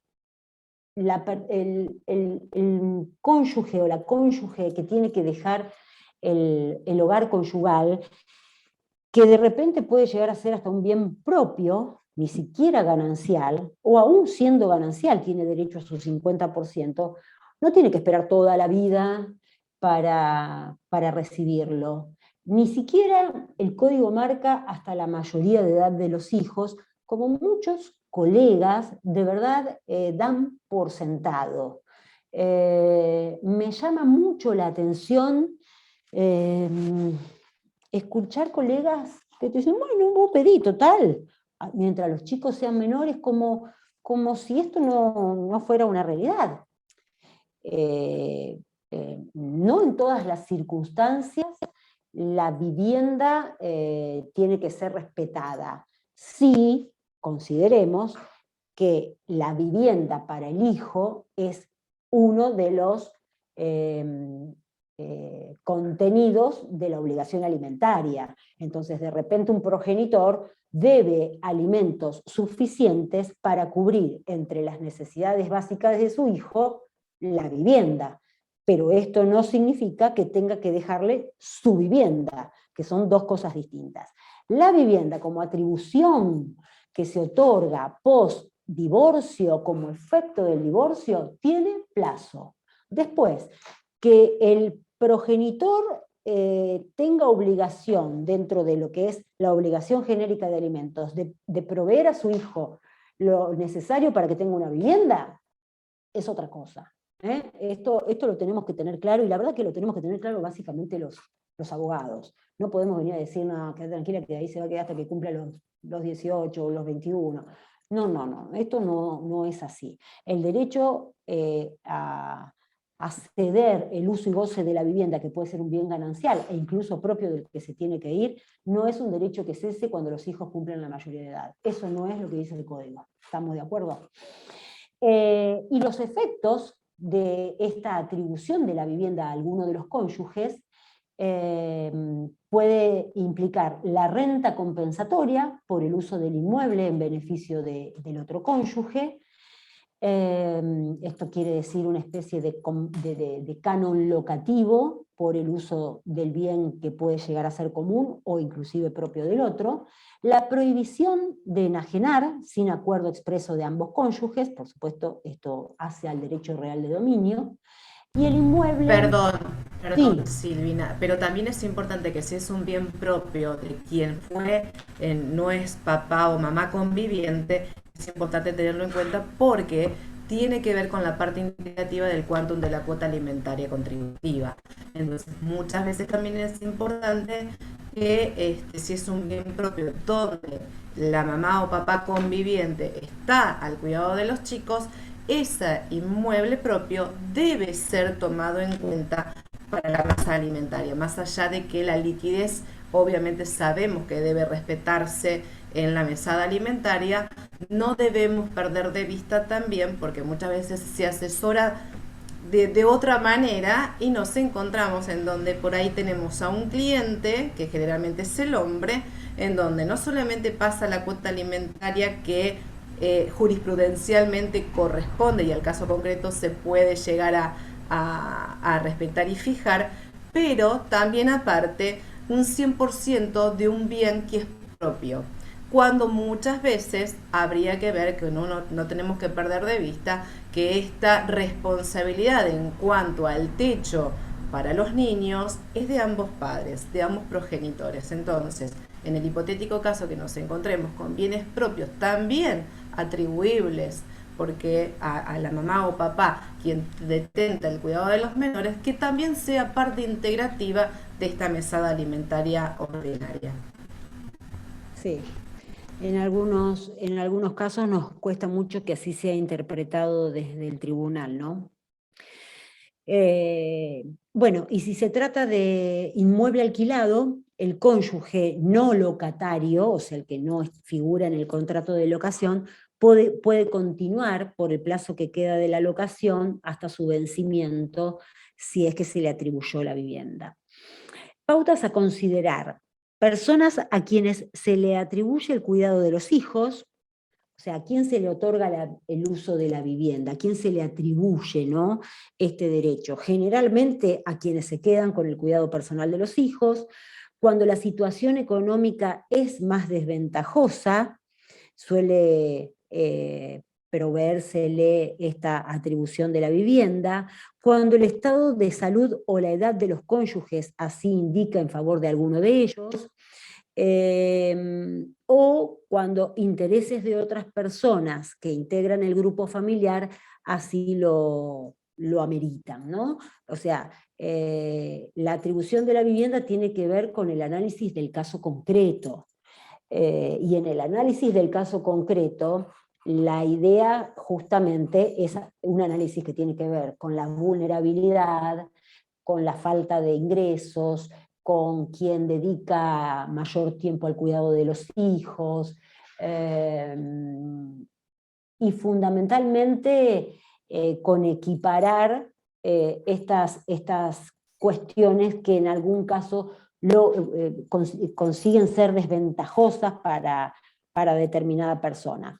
Perdón, y por el otro sí, lado, que antes de que nos vayamos de sí, eso, que también es importante de dónde deviene, digamos, esta unión. Si fue una unión, digamos, de hecho, sabemos que también el Código Civil, que vuelvo a repetir, soy muy mala para los números del artículo del Código Civil, pero tenemos que tener en cuenta que si son uniones de hecho, también hay un plazo determinado que el código establece, que si mal no recuerdo, Silvina, hacémelo saber, creo que es de 2 años para poder sí. tener esa atribución. Entonces también es importante porque, bueno, muchas veces también se plantea la inconstitucionalidad de eso y demás, y puede haber otra controversia dependiendo de esta cuestión.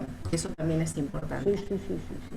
Sí, creo que la atribución de la vivienda es una cuestión que da lugar a mucho trabajo litigioso, porque siempre hay alguno que en verdad puede no tener condiciones personales para irse, para buscar otro lugar, y en otros a veces tiene que ver con abusar de la circunstancia de ser quien queda al cuidado de los hijos y este tipo de cosas, ¿no?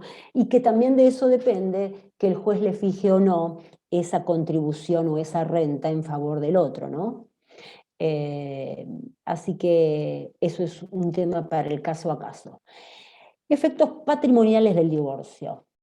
Y acá es donde menos orden público vamos a encontrar. Salimos de ese piso de garantías del que yo les venía hablando, en donde hay cuestiones que si no se ordenan desde lo convencional las termina fijando el juez, llámese la atribución de la vivienda y otras cuestiones que tienen que ver con obligaciones alimentarias, etc.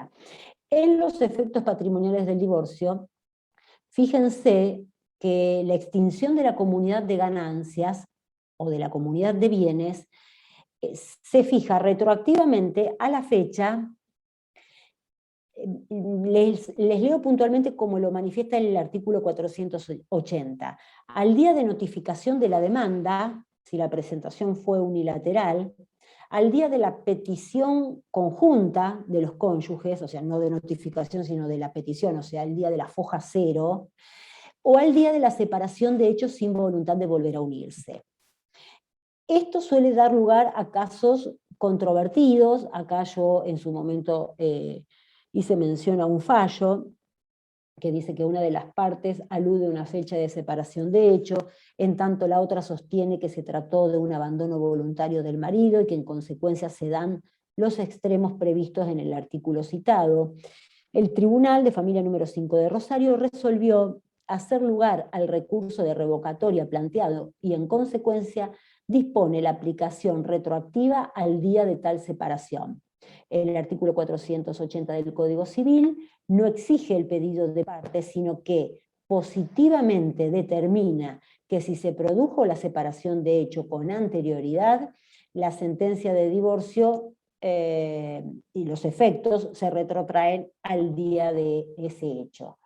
Así que la única posibilidad en que se tomen la primera alternativa sería la imposibilidad de fijar la fecha, que les vuelvo a repetir, suele ser bastante fácil en algunos casos, sobre todo si ha mediado alguna medida de, ya sea de violencia, en donde se solicita la exclusión, u otros expedientes previos al divorcio, en donde uno ya manifiesta la fecha en que el alimentante, supongamos, se fue del hogar,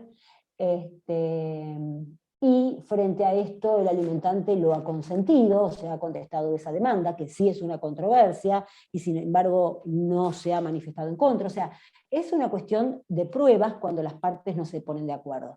¿Y cuando las partes no se ponen de acuerdo? Cuando en el medio se han generado bienes gananciales, porque de lo contrario, la verdad es que estar divorciado al 1 de agosto o al 1 de enero, salvo una cuestión económica, en general a la gente le da más o menos lo mismo.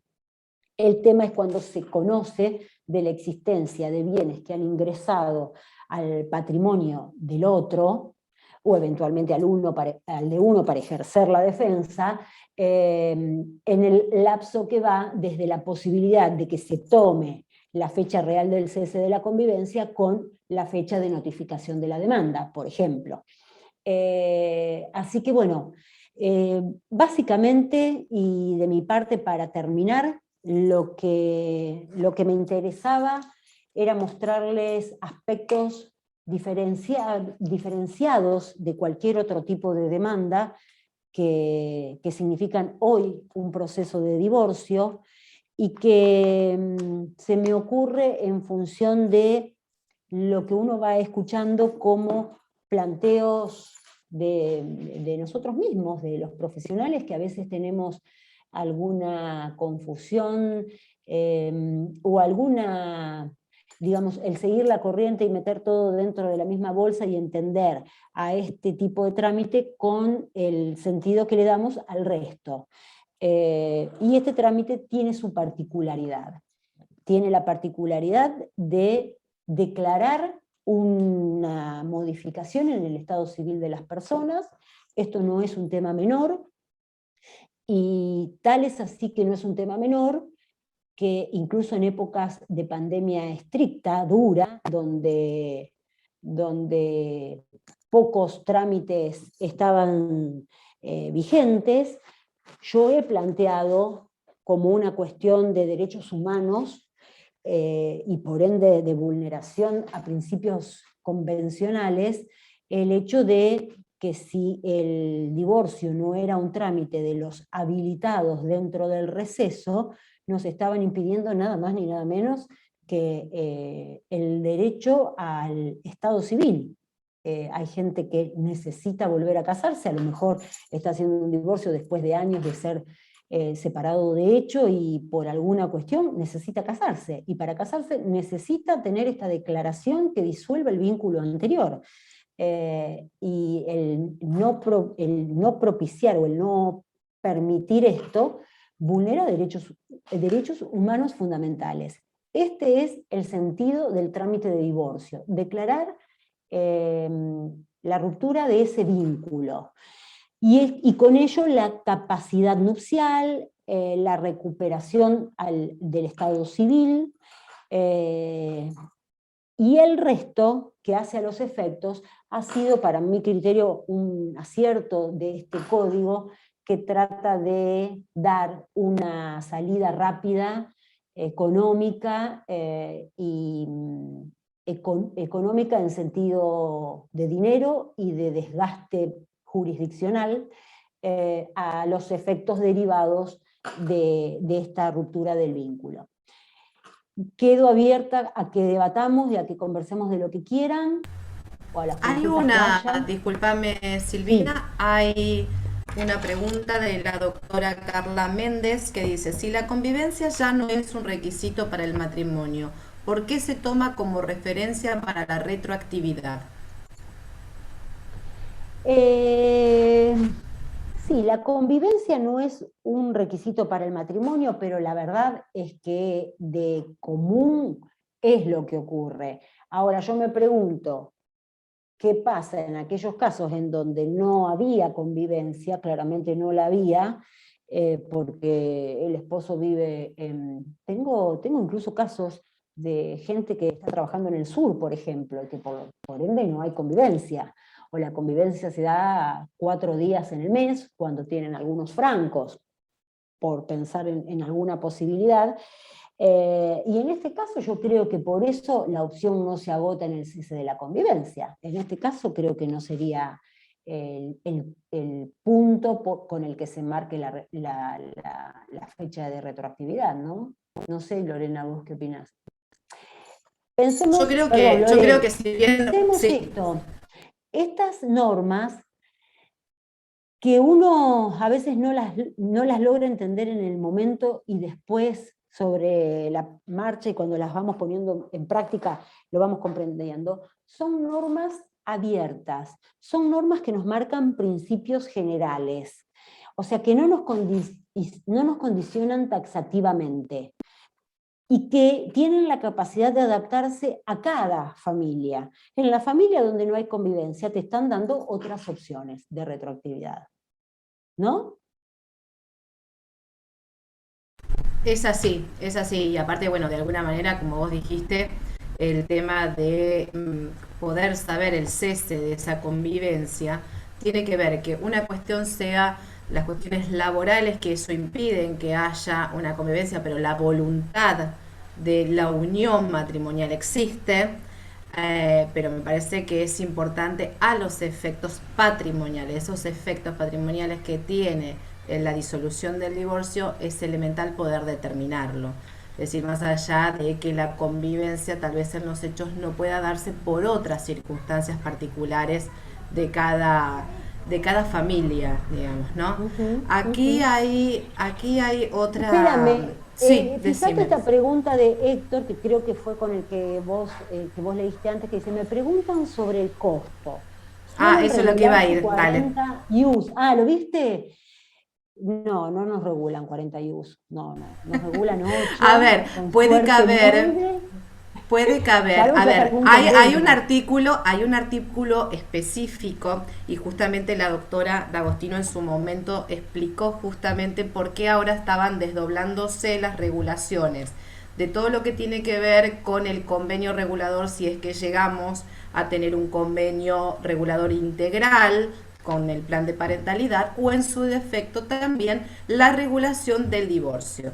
Justamente ahí está el problema. Los 40 IUs pueden darse, pero pueden darse cuando tenemos incorporado el convenio regulador. Entonces, lo importante es, uno también tiene que ser dicho, porque no todos los tribunales colegiados de familia lo hacen, es que al momento de presentarse la sentencia de divorcio, uno solicite, acompañe la constancia de inscripción a la FIP y solicite la regulación de divorcio, de honorarios, a los efectos de hacer los aportes de ley para su inscripción.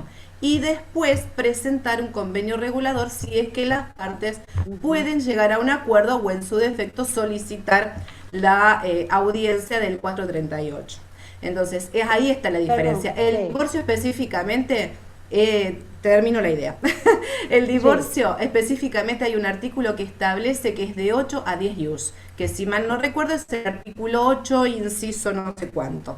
De la 67. De la ley de honorarios profesionales.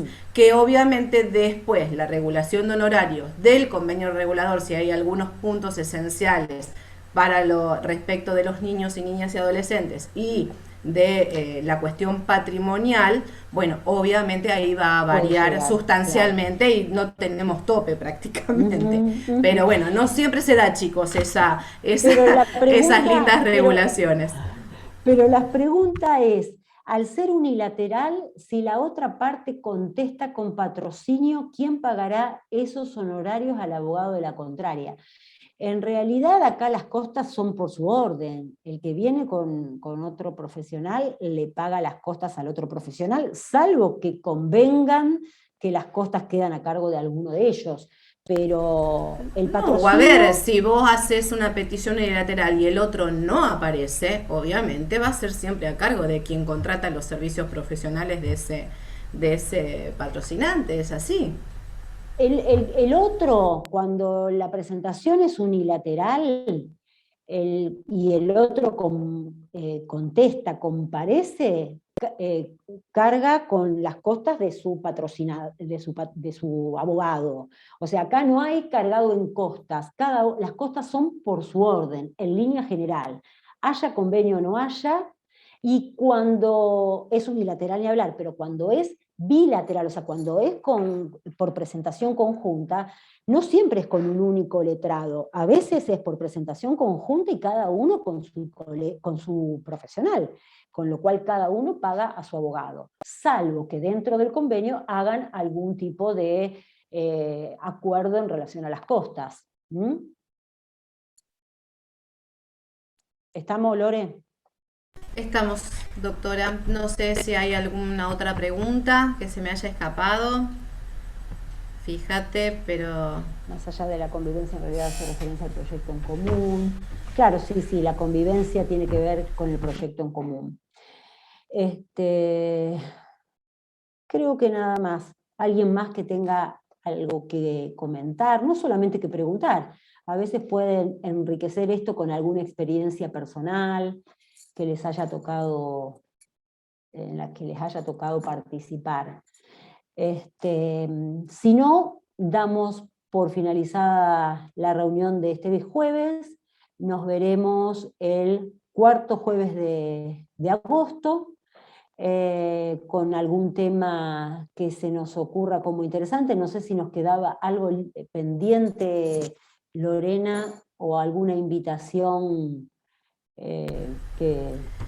Mira, pendiente en cuestiones de familia siempre va a haber, así que sí. De más está decir, como siempre invitamos con la doctora D'Agostino, a que cualquier inquietud o cualquier situación que amerite una charla siempre va a ser bienvenida para que todos podamos interactuar en esto, así que bueno, surgió que nos quedamos algunas cuestiones que queríamos ver de adopción, de la nulidad de matrimonio que se había, te acordás, solicitado previo a la feria. Sí, tenemos varias cosas, pero bueno, además está decir que las inquietudes que tengan y que quieran plantearla para poder hacer una charla, estamos abiertas a eso. Perfecto. Gracias, Lore. El tema con el que continuemos será publicado. Les agradecemos mucho la participación. La verdad es que hemos tenido casi 40 personas en plena charla, y esto para un instituto del colegio es un número maravilloso. Esto demuestra que estamos intentando aprender siempre, todo el tiempo, de todo, de las experiencias de otros, más allá de que eso nunca intenta ser una clase magistral, salvo cuando invitamos a personas que realmente están en condiciones de darla. Nosotras somos colegas que caminamos los pasillos igual que ustedes, ahora caminamos la web igual que ustedes, nos cae el chisme sobre los últimos 10 minutos de trabajo. Qué padecimiento, qué padecimiento, juntos, Dios. O sea, acá no hay más que colaboración, de trabajo en equipo, y están todos invitados a seguir participando, no solo de estos momentos, sino de todo el tiempo en el que nos podemos comunicar, ya sea para que planteen temas, para charlas sucesivas, e incluso para quien se anime y quiera dar alguna charla sobre algún tema o algún caso de interés. Los acompañamos No sé, pero desmedidamente. debo decirle que me está asombrando porque hay saludos desde Santiago del Estero, desde la provincia de San Luis, así que verdaderamente es un gusto la participación de otros colegas de otras Qué jurisdicciones bárbaro. porque eso nos enriquece, por eso justamente, ya que tenemos esa posibilidad de interactuar a través de estas plataformas, así que además está decirles si esos otros colegas de otras jurisdicciones quieren aportar las leyes locales, independientemente que nuestro Código Civil y Comercial, por ejemplo, en este caso puntual, tienen algunas cuestiones de procedimiento, es importante también poder conocer otras realidades de otras provincias. Así que un Claro, y gusto, un fundamentalmente las placer. prácticas que vayan teniendo en otros fueros. Fueros que pueden ser desde el de Santiago del Estero hasta el de Cañada de Gómez, que por el Río simple hecho de Negro, por cambiar los ejemplo. estados se Río nos van Negro, modificando. una Así maravilla. que están todos invitados. Gracias y nos estamos viendo el cuarto jueves del mes a las 15 horas con algún tema que ya publicitaremos en su momento. Que tengan O que un nos buen fin de semana propongan. largo, exacto, que descansen, son unos cuantos días, o que se pongan al día con lo que hay para ponerse al día de trabajo. Un Un abrazo grande gusto. para todos. Nos vemos. Muchísimas Chao, chao. gracias. Gracias, Hasta luego. Lore, por No, todo. gracias a vos, Silvina, como siempre.